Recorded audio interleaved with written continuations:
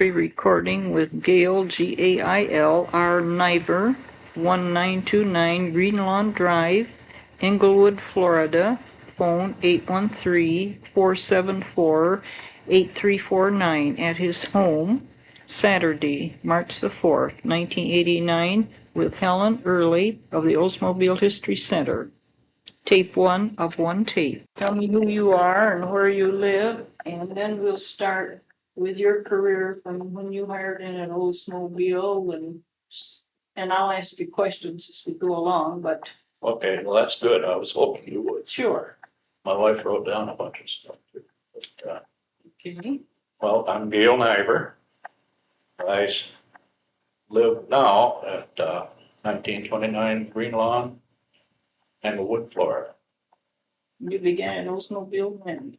Well, the Oldsmobile now, this is one, maybe I'll turn that on for a second. I'll explain things.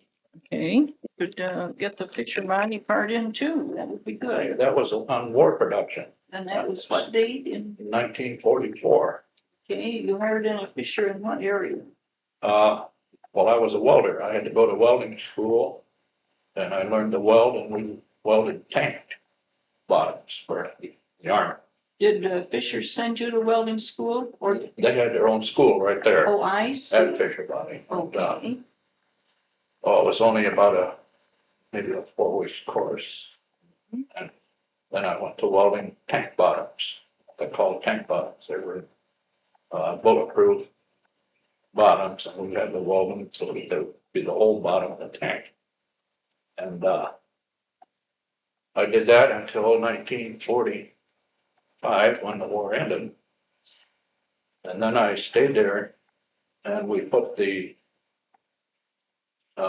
conveyor tracks back in from war production to automobile production.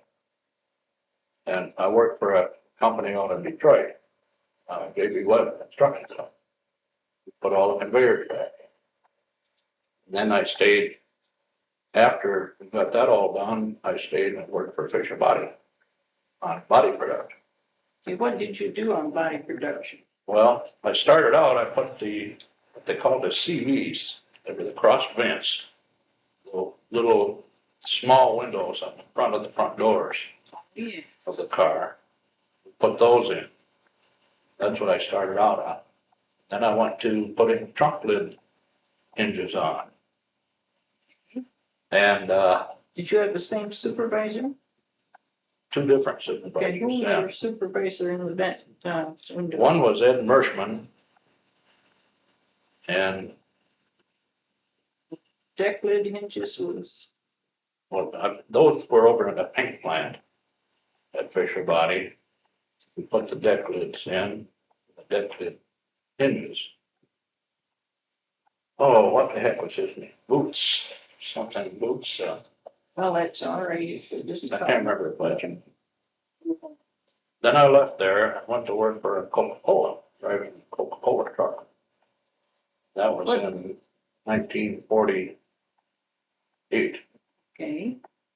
And I stayed out of there. I went from Coca-Cola to Central Welding Supply. I drove semi-trailer between Lansing and Flint for several years until 1953.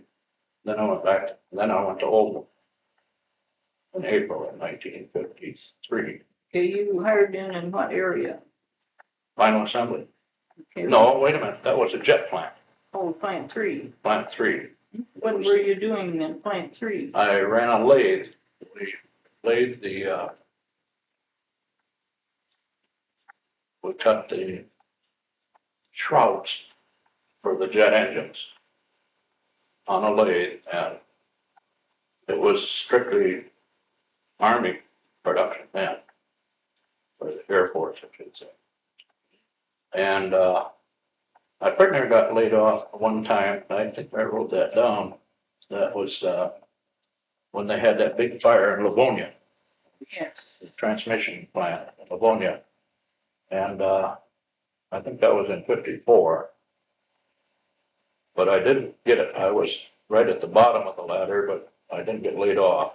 But they brought a bunch of people over from the forge plant to our plant, plant 3, and laid off the low seniority people at plant 3. And there was quite a big stink about it, but it still went about. So they trying to keep people on the payroll from transmission? Plant 2. Oh, from plant 2. Yeah, from the forge plant. And they brought them over, and there were a lot of people that were very upset about it, and understandably so, I guess, because it was a different union to begin with. And yet they brought those people over and bumped our people off. And I was one of the unfortunate ones to get bumped off. I stayed on. But then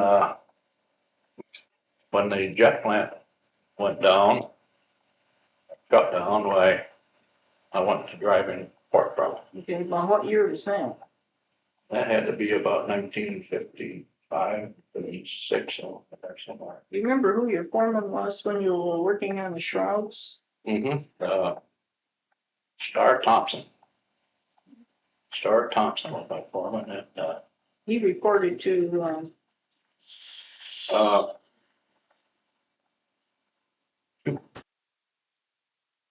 I can remember, I can see him right now, but I can't think of his name.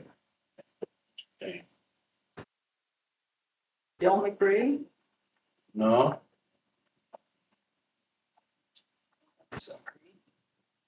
no, it wasn't Del McRae. I knew Del McRae. He was at plant 4 for quite a while too. When I first went out supervision.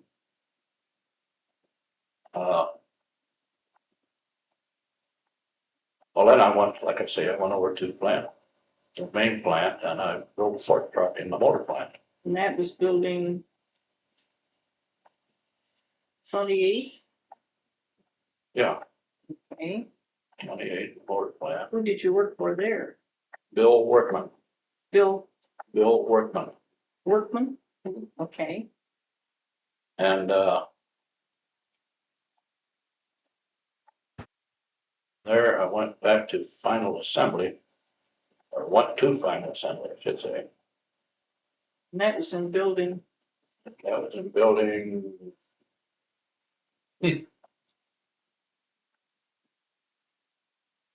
Gee, I can't remember the name of those buildings, but it was the main final assembly, and okay. I cannot remember the name. That was or the about, number. what year, 19? It had to be in about 1957. Okay. And then we had the big layoff in 1958 when they had the recession. And I was laid off for about 6 months, I guess, 7 months. I did find a part-time job in the gas station. I worked there for the whole time, so I didn't suffer too much, and I collected my unemployment. But then I went back to final assembly. What were you doing in final assembly? I was working right on the line. I was working for Joe Pavlik. Well, what do they do on the line, Gail? Well, I hooked up the lower hoses on the engine and the upper hose, upper radiator hose on the engine. When I went back, I remember that just plain as day. That was, in fact, my wife would pick me up after work, and I'd be asleep before we got a block away from the plant because I was so tired. It was a lot of work. A lot of overtime? Oh, not them particularly, no. At model startup, we always worked a lot of overtime. But when I went to work in that job, there wasn't much overtime. Everything was pretty well ironed out. The problems were all gone, and things went along pretty smooth. But it was an awful lot of work, though. It's hard work. What kind of problems would you encounter? Well, just fatigue, yes. Mainly. I mean, I was young then, and I could take it. But Well, I mean, any special problems in the plant on the line? oh no, I never had any Never. problems. Not really. I mean, I was assigned a job. Once I learned it, that was fine. I'll tell you something though, later on when I got on supervision, I had people that could not learn a job. And this was one of my biggest headaches, as far as I was concerned, as being a foreman, was that we were told to give the people, well, in the first place, when I first went to work on the line, we were given 3 days to learn a job. If we didn't learn it, we were out. When I went on supervision, we gave a guy maybe 5 or 6 times different jobs to learn. And if they didn't learn it then, maybe they put them on as a sweeper or something. Why do you think they couldn't learn? Couldn't they read? Or I just don't think that they had the desire. They were there simply to make the money, and that was it. I don't think they really had the desire to learn the job. They didn't have the ambition. I found this very true, and I think probably majority of people who were in my position would say the same thing, because it was very frustrating. I had not necessarily minorities, anybody couldn't learn a job in 3 days, we were out. But from there on, they'd give them 5 or 6 different chances on different jobs to learn the jobs. And this was the same with blacks or Hispanics or Right, women or right. white? Anybody, it didn't make a bit of difference. But maybe a little bit of the time it would be mainly blacks. And several times I had athletes from Michigan State. They would bring in and give them a job for the summer or something like that, for the off season. And gee, I had troubles. I had a lot of troubles, and it was bad for the morale of my people, because we would show favoritism, and it shouldn't have been, but it was. And I was told to do it that way. So, When did you get on supervision? What year was that? 1963. Yeah, but you worked on the assembly line from the late 50s up to 63, did you? I was on temporary supervision for a couple of years before I went on permanent. Did you take performance training? Yes. Okay, where was that training school held? Well, mainly it was building 34. I remember that real well. Remember any of the instructors? Norm Smith was my instructor from UMI, Okay, and I knew him quite well from church and from that job also, from the Mormon school.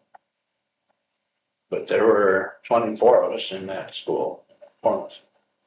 And we would go all over the plant.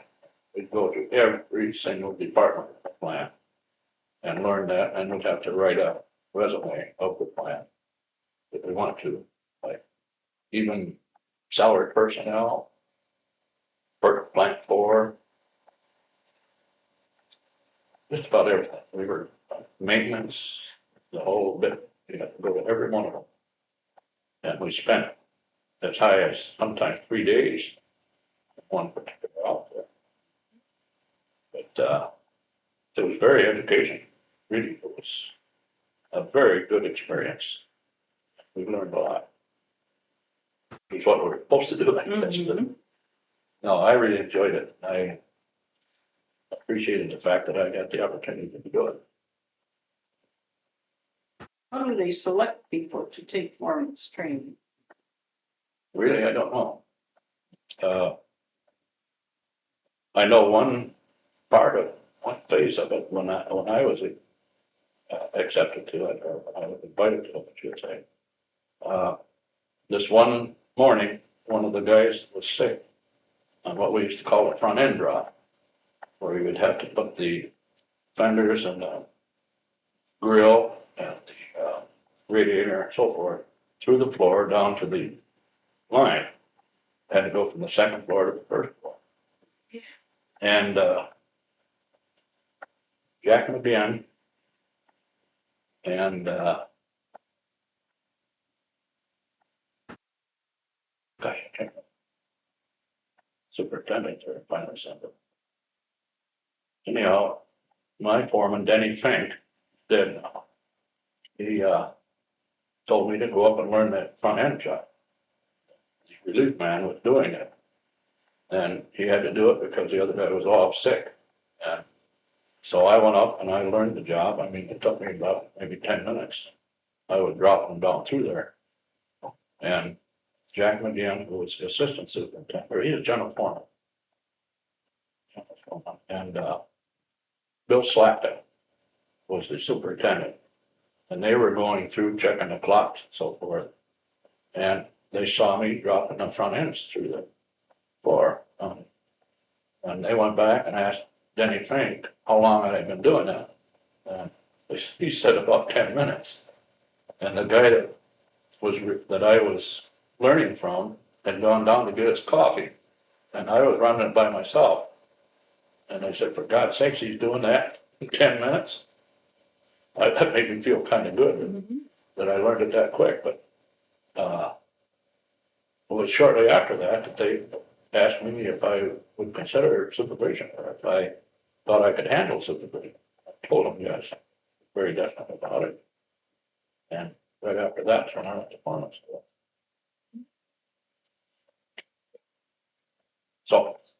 So then after you came from the foreman's training, where were you placed? I was in building 16C and I ran the fender line, front fender. We put all the filler plates, the brake wheels, all the exterior items on the fenders, like where it said 98 and so forth. Or the script? Script, yeah. All the script and all the appearance items. Yeah, yes. We put all those on. We had a conveyor. Put all those on and sent them over to the final assembly. From there, I went to. Who was your boss there, your immediate supervisor? The first one was Vic Angstman. Vic Angstman. Angst. And then I had Bob Pope, Whitey Pope. Vic went into engineering end of it, and Bob Pope, Whitey Pope, they called him, took over where he was. He was my boss then, my general boss. Who was the superintendent at that time in that area? It was still Bill Slackton until, well, a short while later, Jack McGinn took over as superintendent. And then from him, Ken Ricks took over from Jack McGinn. So I had 3 different superintendents. But after a while, I went to the frame line. What building was that in? Building 20. 75, building 75. Okay, what did you do on the frame line? Well, I had the second leg of the frame line, which consisted of the shock absorbers, springs. What else did it for? Gosh, that's a long time ago. Trying to remember, we had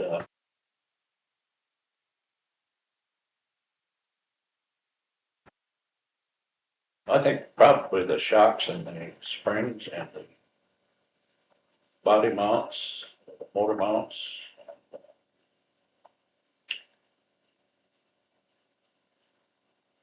That's not all, there were several other items that went into it, but I just can't remember all. Sure. Well, Gail, now you supervise both hourly and salary people? No, not salary. Just hourly. Do you remember any incidents with salary or with hourly people where somebody decided he needed a committee man or? Yes, I do remember, and one thing sticks out real heavy. As a matter of fact, just a couple of weeks ago, I saw the guy that wrote me up for it. Yeah, committee man. Harold Henry Hoysen. And this one time, this girl, Virginia Woodruff was her name. Now, this was in, what line was this on? This was on the fender line. On the fender line, okay. Okay, she was the one that started the line off. When the fenders would come up from a paint plant, she would mark on the fenders what options they took, like air conditioning and so forth, whatever options they took. She would write them up. Well, she cut herself, and she was bleeding pretty heavily. And my relief man, utility man, I guess they call it, was on a job on the line already relieving somebody that had to go to the John. And so I stepped in and took her place. I wrapped her finger up first with paper towels and told her to get her fanny down to first aid. Okay, so I was marking the fenders then. Just as the committee man, Henry Heisinger, came up, and he saw me doing this, and he wrote me up for working, which I wasn't supposed to do. But it was an emergency.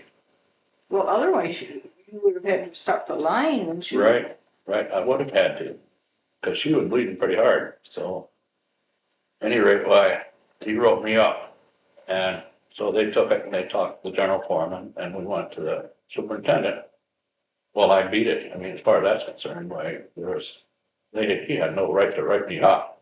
He didn't know what the circumstances were, but he wrote me up anyhow. He didn't take time to. I think he was testing me because that was right after I went on Oh, supervision. I see. I think he was just trying me out. But at any rate, why, we got along real good after that. I had no problem with him. He was a fine man, and he still is. I saw him, like I say, just a few weeks ago at Oldsmobile Day in Honacle. Oh, yes. They had an Oldsmobile Day. Yeah. Quite a few people that I knew, Rick Carter, a bunch of others that I knew, Oldsmobile. So we had a good time. Well, do you remember any other incidents? With the union? Yes. Was the line ever stopped for any reason? Oh, the line was stopped quite a few times. In fact, when I first went over to Tornado, When was that? that was in, 66, 65? no, it was about 69, I think. Okay. 68 or 69. I had the engine dress-up line, which was down in the basement of building 20. I remember that for a while. And I had a man working for me, a black man. He was probably one of the laziest guys I ever had in my life. And he just didn't want to hang anything or do anything. He was a sweeper for my department, and I had charge of all the sweepers in the Tornado area. But he would push his cart over on one wall, then he'd keep walking back and forth across the line with cardboard and putting it on his cart, instead of bringing his cart around, putting it all on at the same time. Well, I tried to tell him. I told him, I don't know how many times. So finally, I told him, I gave him a direct order. And I said, when this cardboard's on this side of the line, you bring your cart over on this side of the line. Load it on and take it out and dump it. Why was he doing it I this think way? just to antagonize. I don't know. He was, he had that light in his eye or something in his eye, hate. And after this, that I tell you about, I was afraid of it afterwards. But he used to, when he'd eat his lunch, he'd go in behind a whole bunch of boxes and sit down and have his lunch back in a little secluded area, which, I mean, nothing I could do about that. If he wanted to eat lunch there, fine. But afterwards, we found a bunch of carburetors back in, and they weren't supposed to be there. They were not supposed to be there. And come to find out, well, to start back over again a little bit, the line would break down in the morning, usually about maybe 15 or 20 minutes after the line started. It would break down. And What caused they it? keep, well, this is it. they'd keep looking all over the place, trying to find out where in the heck it started or stopped. And it'd be down for sometimes half an hour, which cost a lot of money. Well, come to find out, he would be putting jacks. He'd come in real early and he'd put jack handles in the line up by the cafeteria, which was up on the second floor or third floor of the of building 20. And he'd stick them in the line. And when they get down so far, they'd go around a curve. And when they get out that curve, that shut the line down. And finally, plant security caught him. He came in early one morning, and real early than normal, before the cafeteria was even open. He came in, and this one plant security officer followed him, and they caught him putting that handle of the line. He was the same guy that had the carburetor back where he ate his breakfast or his lunch, or took his break. So they released him. I mean, I released him. I had to, that was his foreman. But I released him, or I recommended that he be released. I guess labor relations had to release him. But in the meantime, they neglected to take his card from him. Oh, did it allow They him to released enter him. the plane? Pardon? Did it allow him to Yes. enter the plane? He came back in and he bought something like $40-some worth of shoes in the safety department after he had been released. And they gave me hell for it. And I said, I didn't do it. I said, labor relations was the one that should have got his card from him, not me. And I got off of it, but I can't remember his name either, the safety department always kidded me about it and said, oh God, that guy that worked for you really took us. What would he probably have done? Sold the shoes at a higher price? No, he bought them for his family. Let's see, 40 pair, $40. $40-some worth of shoes, and that was quite a bit of money then. They're all safety shoes. Good shoes. He did it. They were good shoes, right? But that was one incident. But I was afraid that after we released him, that he'd probably be waiting out in front of the plant there somewhere with a shotgun waiting for me. But never happened. He had hate in his eyes. His eyes were just, he'd look at you and it was just hate. And I don't understand why. I mean, he needed a job, wanted a job. Good Lord, he had one of the best places to work in the world. Yeah, the conditions even in the plant are good. Oh, excellent, excellent. It couldn't be a Oldsmobile or a place to work at all. No way. What about the safety conditions? I thought that the safety conditions were great.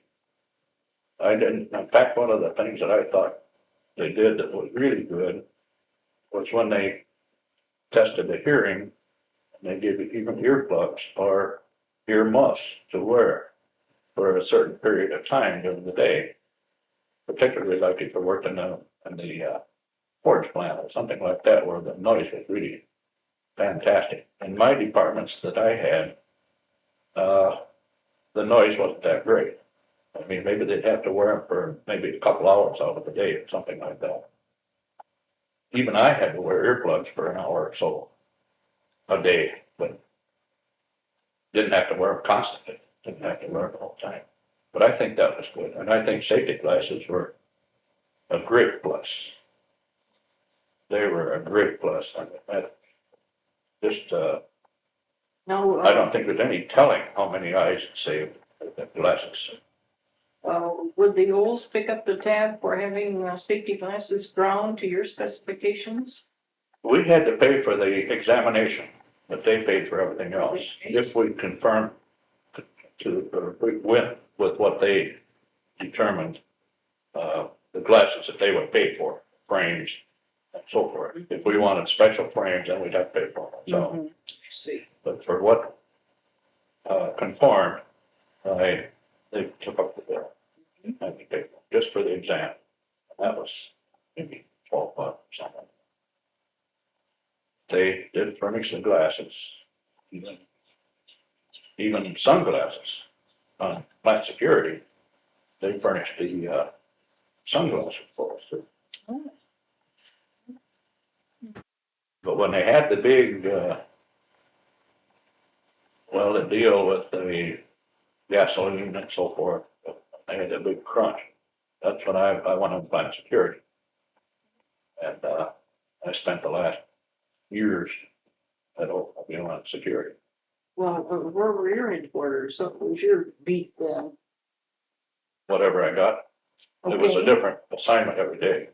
See, now that was about 1975, 6, 74, 74? my dad died, that's, I remember Mhm. Okay. that, 74. And then your supervisor then was who? Daryl Husky. We're in business now, so Darrell Husby was your supervisor. Okay. What kind of a man was he? I enjoyed him. I think he was a very nice man. Very nice. Well, he was retired from the Lansing Police Department. He was the chief of police there for quite a while. He retired from there and came to Oklahoma. Yeah. No, I think he was a very good man to work for. Would you fellows work in pairs? No, not necessarily. There were times when we would, when we were on patrol, like outside patrol, outside of the plant. Within the plant, it was all mainly individual. Okay, now what would you have to do? Well, we'd have to walk a beat, check everything, Now, mainly what for beat did- fires and so forth. Did you get up in building 70? Oh, yes. Okay, what would be your beat, say, for instance, in building 70? Well, we'd go up to the top floor first and then we'd work our way down. We had fire boxes that we'd have to turn, we'd have to crank. And there was several of them on each floor. We had to do that and, come down building 70 all the way from the top floor, suite, Mm-hmm. right straight down to the bottom, the basement. And, we'd take the elevator up and walk down. And like I say, there were 3 boxes, I think, on each floor. Did those, And then were you supposed to be looking for anything unusual or? yes, Yeah. always. What if you saw somebody up there working now? Oh, if they were working, why, we were informed of that before we went. I see. We'd always know that, there were people like working on the 4th floor or something like that with the air conditioning or something Mhm. similar. Or the, Xerox machine maybe was down and they were working on that. We'd know that before we went up. So Did main thing we had to look for was fire. These were the big things. That was the big thing. But, do you remember any fire situations when you were? oh, we had several of them. We had several of them. We had, one that was a pretty hard one to take care of, and that was in, I think it was building 36. I won't say for sure that that was building 36, but it was where the big presses were, some of the big presses. And there was a pretty good sized fire up on top of one of the presses, right up next to the ceiling. And I didn't get up there, but I had to pass extinguishers and so forth up to the people that were up on top. Lieutenant Hadley, Jack Hadley, he was up on top and there were a couple others. And we just had to keep passing extinguishers up to them because they'd burn them or they'd use them just as fast as they could. And just a nasty oil fire. It just burned and burned and burned, and they had one heck of a time getting it out. But eventually they did. It was on overtime when we were doing it. They just kept us over. Some of the ones that were supposed to go home, there must have been at least a half a dozen of us that had to stay over to fight that fire. And we finally got it out. But we just had to keep going and get more extinguishers all the time. Well, now, was the Lansing Police Department there helping too? Not on that one. No. Not on that one. They were there when the real clubhouse, remember when the real clubhouse burned? Over on Washington Avenue? A little bit. Okay, well, we What were year up, was that? You, no, let's see, that probably was about 77 or 78, in there somewhere. But that burn and the refuse from it was through the air, and we had to be over on the motor plant, on the roof of several buildings there with extinguishers because the debris was coming from the real clubhouse. Oh, blowing Right west over, blowing toward right over to Oldsmobile. Oldsmobile. And, Okay, we had to, I was up there for about 3 hours. And that's all all I did was walk around with extinguisher and putting out big pieces like this, burning. And they were really burning, and gee whiz, that could have really given us trouble. But there were, oh, probably maybe 15 of us that were up on the roofs all the way along the whole end there, motor plant, several of the other plants in there, press plant. We were up on the roofs there, just, keeping the flames from going. was a fire. It was pretty bad. And I think they still suspected it was arson, but nobody knows for sure. How did that fire on top of the stamping machine start in our plant? It took so long to get out. Don't know. So it was I don't oil. think they ever did, determine what started it. Could have been somebody flipping a cigarette or something like that.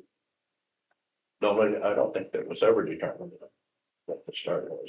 Do you remember any more odd situations or unusual circumstances on plant security? No, not really. We had several times we had to go to the far west end of the plant.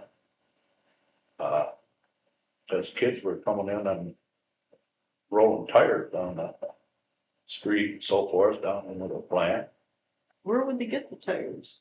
There were spares that were stacked up and so forth that they, Well, waiting to go into the car. I'm buying building 68 by product delivery, this is. Well, it's beyond product. It Oh, was on the other of Logan. side of 150. Yeah, it'd be in that area. These kids were rolling tires. They'd get in there and roll tires down and get through the fence somehow or another. They finally did, reconstruct the fences more or less to stop anybody coming in. Mhm. Oh, let's see. Well, there's one time when open the garage door. When we were, this was shortly after I went on supervision too, as a matter of fact. Somebody was stealing transmissions. And they would take them on what they called a Kalamazoo. It's a little 3-wheel cart. They put them on the back there, take them over to the fence by the river, and a boat would come up the river, and they'd load the transmission into the boat, take off with it. And we caught them once. I was told where to go. Then plant security was all around and caught them. Lights like.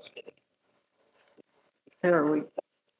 Well, how did they realize that transmissions were being stolen? They took inventory and they found out how many were missing, and something like 20 something transmissions were missing. And so they had, well, I was up on the roof of building 20. That's where my station was. I had to turn on a light at a certain time. When they gave us the signal, I turned on the light. And there were several others on building 16 and 75. And then the plant security was on both sides of the fence. Well, on our side of the fence, on Oldsmobile side. On the other side of the fence were Atlantic police, the river side. And so when the lights came on, here was this guy putting a transmission underneath the fence. And the other two guys were on the other side of the fence, going to pick up the transmission. That was it. They caught him just red-handed. It's all over with right there. Well, they weren't Oldsmobile employees. Yeah, one of them was. The one on the inside is an Oldsmobile. The other two were not. But it was all over right there. That was, like I say, that was about 1963 or 64. this happened. So that's quite a while ago. That's about all I remember of that kind of stuff. Did you enjoy your work on the plant? I loved it. I loved it up until the last couple of years on supervision. It was great. The last couple of years, it was just turmoil. Because the people who got to work there, the people that worked for me, they just created havoc. They were lazy. They just didn't, Oh, this was there's on no pride in their work. fender line. No, this was on engine dress up. Engine dress up, okay. This was just before I went on to plant security. And they just had no pride in their work. Like when I first went to work there, I wanted to do a good job. I mean, and that what I think was the foremost in everybody's mind then for X number of years. Took pride in our work. We wanted to do a good job. But the last couple of years, the kids that we got to work for us, they didn't give a damn what kind of a job they did. It just, that was frustrating as a dickens. And we couldn't really have that much control over it because they were so lenient. The union was so strong and supervision, or upper supervision was so lenient with these people. We had to give them X number of chances. And I didn't agree with it. And that's one of the big things. When I went on security, it was a kind of semi-retirement then. I mean, it was a good job, a lot of work. But it was so much different from when I was on supervision. It's kind of a letdown. But I enjoyed all of my time at Oldham. It's a great place to work. You mentioned on that they would send two of you, you were out around the plant with surveillance. Did you cover all of the plants, all 4 plants? Yes. No, wait a minute. We didn't cover plant. They had their own security over plant 2, 3, and 4. Oh, We would have to, from time to time, we'd have to go out there for relief or something like that. to one of these other plants? Yes. But we had to go over to Arts and Charts, which they called Arts and Charts, which is over in North Lansing. Oh, Porter Street, Mhm. the exhibit display, We'd right? have to go over there and check around the building. Then we'd have to go over to Mount Hope plant. Oh, plant 4? No, Oh, the warehouse. It was, yeah, plant 4. No. Plant 4 was, Plant 5 was the Delta plant. well, that was after I left. Yes. But no, Mount Hope was the old Nash Kelvinator plant. Oh, But they had storage over there. where Yeah. was that located? It was on the corner of Washington Avenue and Mount Hope. Oh, I know where you mean. It used to be the Durrell firm. That's right. Right. That's right. Oh, yeah. We had a big storage area over there, and we'd have to go over and check that. You were checking that area. Oh, from 1974 to 98. Hmm. In fact, I had to go over there and sit one whole night, and all by myself. But I sat right in there because we had a lot of extra stuff stored in there, extra material stored in there. And we had to have somebody over there, and I was the guy that was elected to go over there and sit all night. In fact, I napped and everything else over there. Absolutely nothing to do. You'd walk around and make sure the door stayed closed, and that was it. Just make sure nothing happened over there. Were they still using that when you retired? No, I think that they moved most of the stuff over to, most of the materials were moved over to where the Tornado line used to be. Because they moved the Tornado line out of there, and that moved to someplace in New York State. So there was no Linden, I think. Linden, New right? Jersey. New Jersey. And so they moved most of the stuff from the Mount Hope deal over their storage area over to Building 20, where Tornado line used to be. So I think that they canceled that out. Don't think they used that model anymore. Oh, you're talking about the transmission or the diesel plant. Mhm. That was after I left. Never had that. She retired in 80. 1980, August the 1st. Had you, Gail, planned to retire at that time, or did you No. take one of the earlier I took opportunities? an early retirement. Husby, Gerald Husby, chief. He came to me, I was on Pine Street Gate. He came to me and he said, would you consider retiring? He said, no, this is just up in the air. It's not definite or anything, but would you consider early retirement? And I said, yes. And he also talked to several others on security. And then when they were, well, they asked us if we would definitely consider it. And afterwards, because they were going to offer it, and I said, yes, I'll take it. And the time that they were going to instruct us on what we were going to do, I had made several months before that arrangements. We were going to Hawaii.